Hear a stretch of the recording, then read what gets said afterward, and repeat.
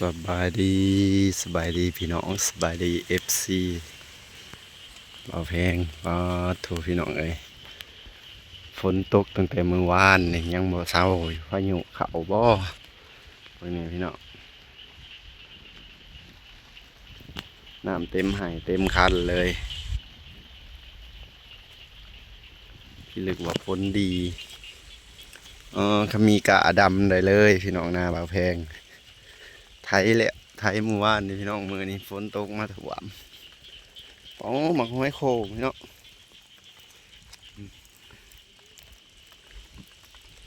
โอ้ห้อยโขงร้ายอะไรหาเลาะเก็บห้อยโขงกับพี่น้องคันแนวนี่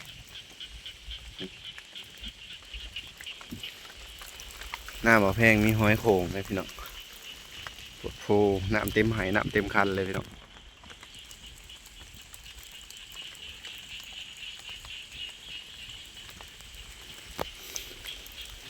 พายุเขาบ่พี่น้องหรือแนวใดผลคือมาดีครับแท้นี่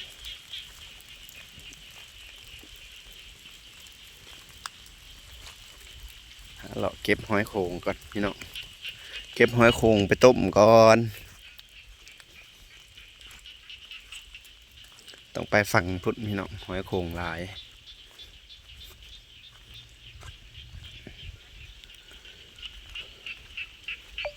โอ้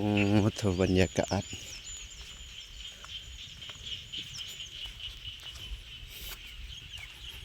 เต็มไหเต็มคันเลยนะ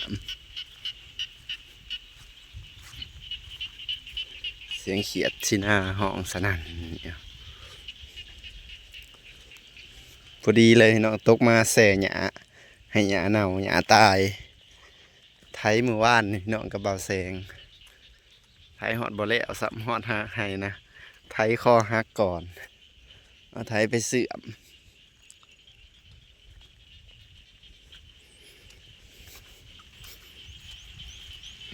หาเลาะเก็บหอยโข่งก่อน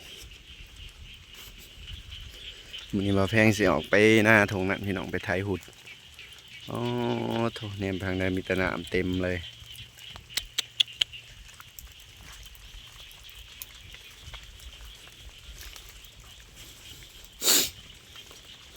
พายุเขาลื่นในใดพี่น้อง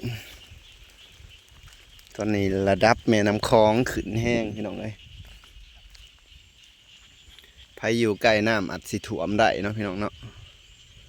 พายุใกล้แม่น้ำคลอง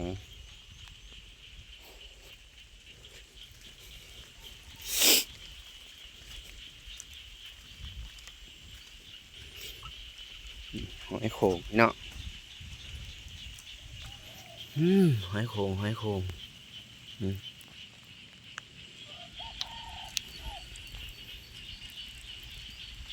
หาเก็บหอยโข่งกันทั้งนี้แหละลายพี่น้องตะเกาฝนตกแน่นี่มาเลาะเก็บได้เป็นทางพี่น้องเลย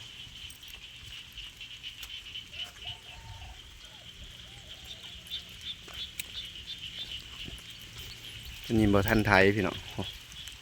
น้ำเต็มเลย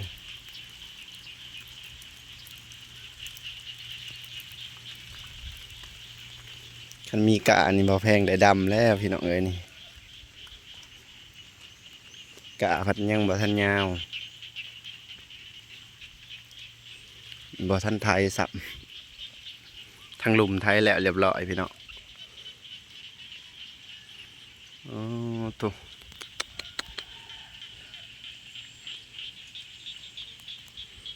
ฝนดีอารีรอปกติหน้าทงนี้บ่แพงตกสำหนึ่งบ่ได้คอยเห็นน้ำได้พี่น้อง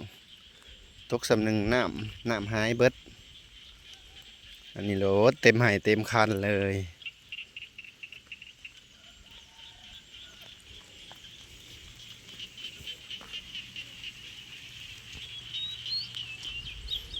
หอยโข่งหอยโข่ง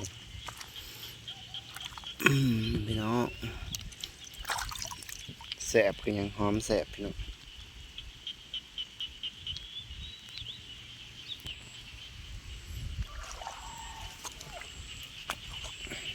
เป้าตัว น้ำเป็นแม่ เบิ่งน้ำพายเนี่ยพี่น้องเต็มเบิดเลยน้ำพายอะไรหอยโขงหอยโขง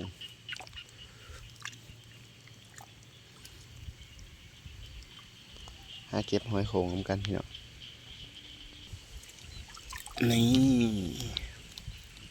หอยโขง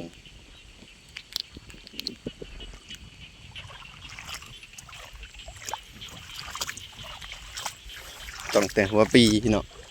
สิเก็บได้หลายกว่านี้เนาะแต่เก่าหน้าว่าแพงหลายหลายหอยโขงนี่เก็บเป็นทั้งพี่น้องเอ้ยคู่มือนี่จังมันอยากไปใส่เบิดเลยอืมเจออีกแล้วพี่น้องนี่สองหอยโขงหอยโขงนี่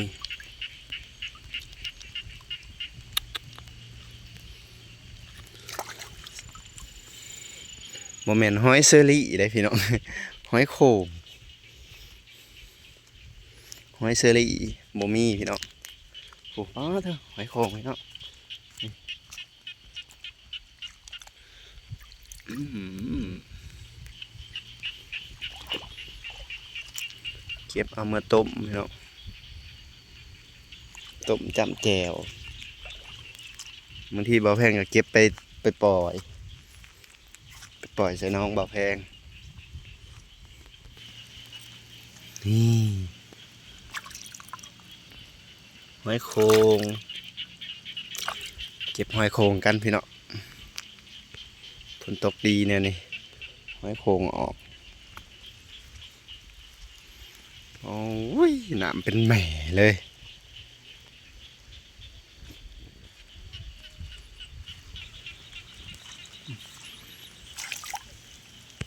พี่น้อง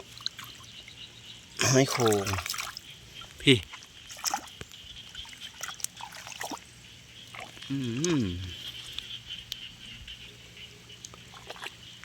เริ่มเห็นลายแล้ว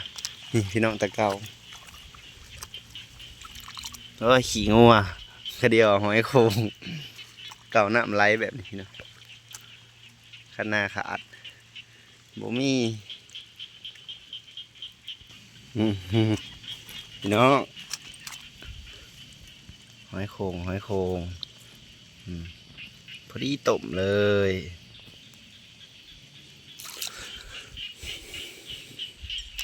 ฝนตกอันหลอกเก็บหอยโขงได้เติบไปได้พี่น้องนี่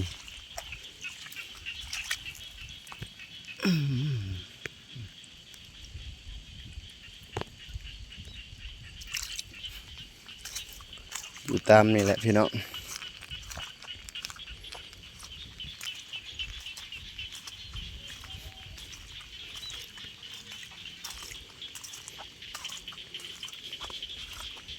ตามให้หน้านี่แหละน้ำในน้อยพี่น้องหอยโขงมักอยู่ตอนเบาแพงยังหน่อยแล้วพี่น้องมาเก็บเอาเป็นถังฝนตกเนี่ยนี่หอยโขงคู่มืออันนี้มันอยากมันมีอยู่พี่น้องแต่บ่หลายปานใดเนาะบ่หลายคือเบาแพงยังหน่อยสำสีกินพี่น้องเอ้ยคู่มืออันนี้ก็มีพอได้เก็บอยู่อู้โถน้ำ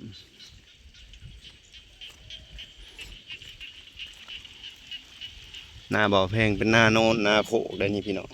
หน้าน้ำนี่ข้าหน้าขาดเบิดเลยคันเป็นหน้าน้ำนี่ผู้ได้หน้าน้ำขนาดหน้าบ่อแพงหน้าโน้นหน้าโขกพี่น้องยังน้ำเต็มสับนี่เลย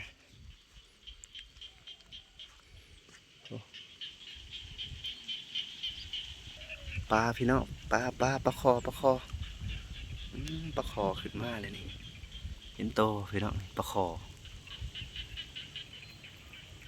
นี่ปลาขึ้นมาพี่น้อง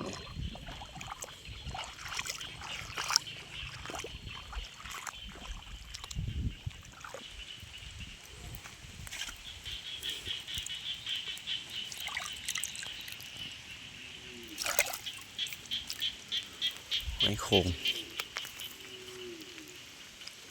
โอ้พี่น้องโอ้ บ่ไปเอาดอกขี้ขลาดเลยพี่น้องหาเอาแต่ตัวไกลๆปล่อยไปนำเนี่ยพี่น้องเก็บไปนำปล่อยไปนำอืม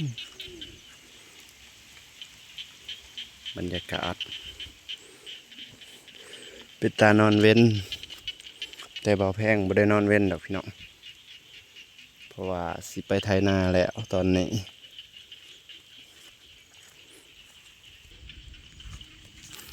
หอยโคงพี่น้อง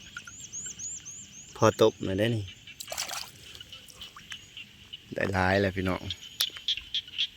เต็มถุงแล้วเต็มถุงเบาแพงแล้ว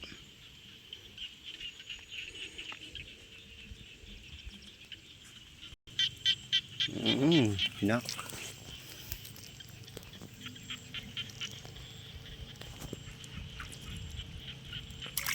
หอยโคงหอยโคง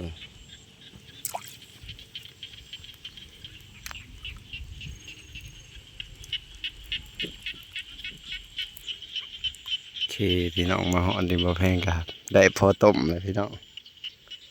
ได้หอยโคงพอต้มเลยบ่แพงก็สิขอปิดคลิปสำเร็จก่อนเด้อฝากกดไลค์กดแชร์กดติดตามให้แน่พี่น้องฝนตกดีพาพี่น้องเก็บหอยโคงยังสิเก็บต่ออยู่ได้พี่น้องแต่ว่าขอปิดคลิปก่อนเนาะเวลาสมมาพาควรแล้วสบายดีสบายดี